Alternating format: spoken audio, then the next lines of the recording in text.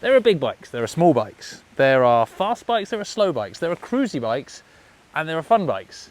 And then there's that, which I'm not quite sure where it fits. It's an absolute riot to ride, but what's it for exactly?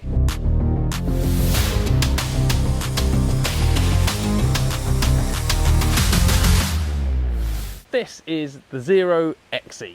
It's their off-roady, sort of more hardcore electric bike. It's road legal. It can do 54 miles an hour. 53, I think, is the official number. It has a 60-mile range at 30 miles an hour in ideal conditions. And it has a swappable battery, so you can keep a spare battery and immediately go again. It has lots of things that an electric bike could do with. And on top of all that, it's A1 license compliant. So you could ride it at 17 on a CBT and have a really cool way of blatting around town and a little bit of the countryside. Now, a lot of electric bikes have tried to replace their petrol equivalents. The Stark Varg's a really good example of that. It's gone head to head against petrol bikes, beaten them in a lot of areas, fallen short in a couple of areas, i.e. being able to quickly recharge it and have a decent range. I think I'm officially done. That's it. Now this Zero XE, it kind of has the same issues. It kind of has the same thing where it takes 5 hours to charge it to 95% from completely flat. You can carry the charger in a backpack. It comes with a backpack charger, which means potentially you can ride out somewhere, plug it in at work or at a cafe or what have you, and then ride back. So that's actually a bonus. And it has the easy swappable battery, so you can pull the battery out, chuck a fresh battery in, and go again.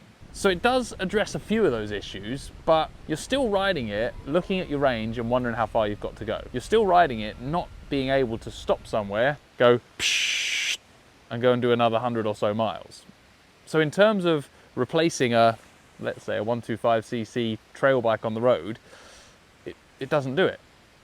But, and this is where I think this thing comes into its own, it doesn't feel like it's trying to do it. This feels like a bike for having fun on. It feels like it's trying to replace things like Honda Groms and, I don't know, small, fun play bikes that you're never going to use as a practical mode of transport. You're just going to play on. You're going to go and do skids and drift around car park and jump down flights of stairs and sort of push your luck on what you're supposed to be doing on a motorbike, but have a little bit of fun and actually get away with it because it's quiet and nobody knows you're there. Now this style of bike does have a bit of a growing reputation for being used for carriage of certain substances in inner cities by people in hoodies and balaclavas in exchange for cash, and it's a very cash heavy business and a lot of them are bought for cash, and I don't think I need to beat too much more around that particularly powdery white powder bush. And that's a shame because I don't want to write this off as just another illegal hooligan's motorbike for doing skids around the streets.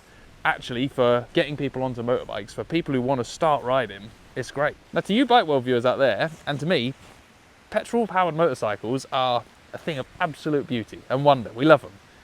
And we don't think twice about how to use them.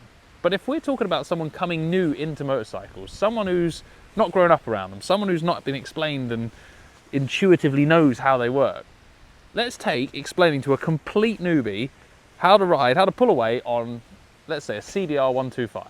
Okay, so here's your new bike, sir.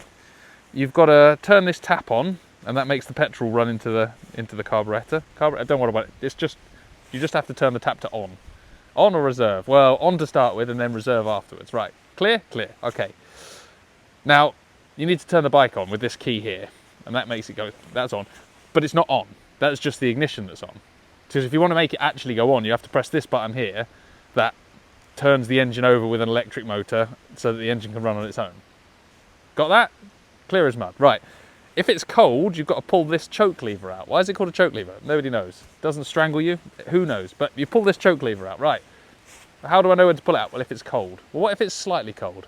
Oh, don't pull it out so much. What if it's warm? Well, pull it out and then push it straight back in. Well, how do I know these things? Well, you just have to know.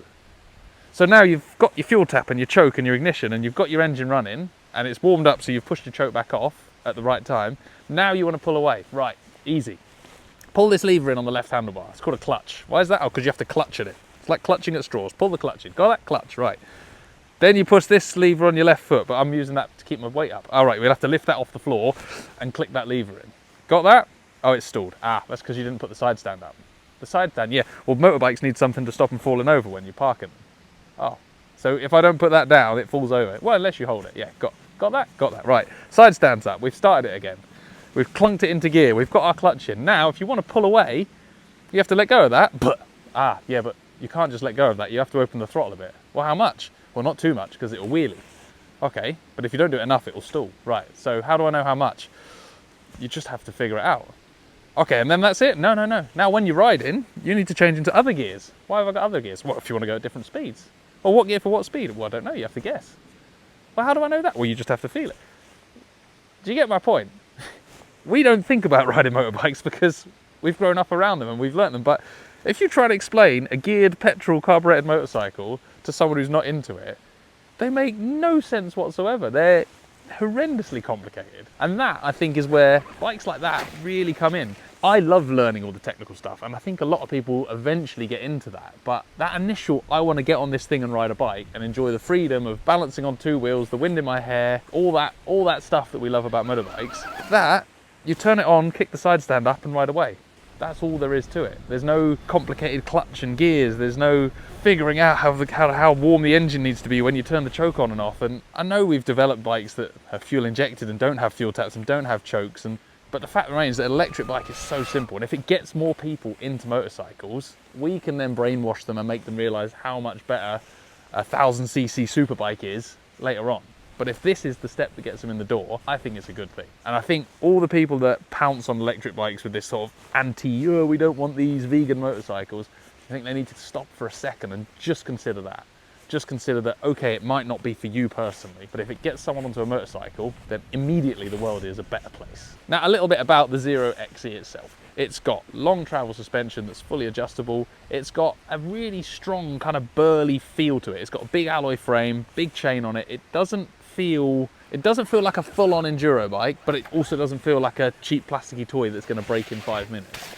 Everything's got a kind of solid feel when you ride it round. Today I've been riding in horrendously muddy, sloppy conditions, trying to hit whatever jumps and rocks and steps I can on it, and it's taken it all and come back for more.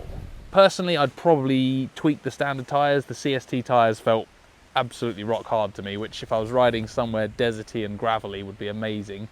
I live in Wales, so I'd probably put a softer, stickier tyre on to help riding in the woods. But around the woods, it was really good fun. There is a limit to it. It's not a competition enduro bike. It's not got full-on high-spec suspension. It's got decent suspension. It's not got amazing amounts of power, but it's got a good amount of power. And it's not got phenomenal one-finger stopping power brakes, but it's got strong brakes that stayed consistent even when they were coated in mud. Which brings me back to my original point with this bike, which is kind of what's it for?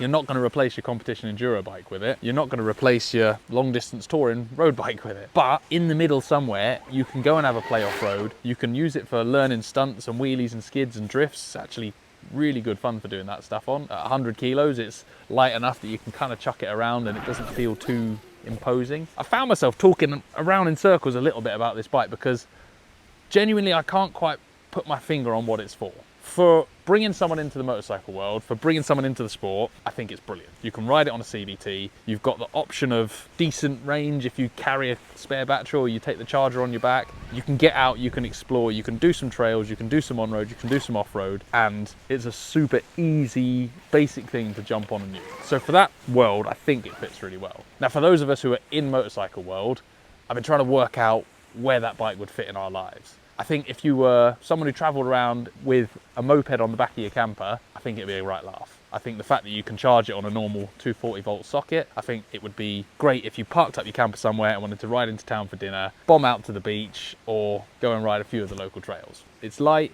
and at £5.5 it's cheap enough that actually you could chuck it on the back of your van and have it as a toy. I think that's where it fits to a current motorcycle, is it's fun. It's not a bike that you're going to treat as a super serious thing that you're going to do big trips and big adventures or ride hardcore off-road on. I think it's a bike that you're going to buy for £5.5 and have a bit of fun. If you're someone who can spend £5.5 on a toy, awesome, you're going to love it. If you're looking for actual motorcycle to replace something in your fleet, I think you could look elsewhere.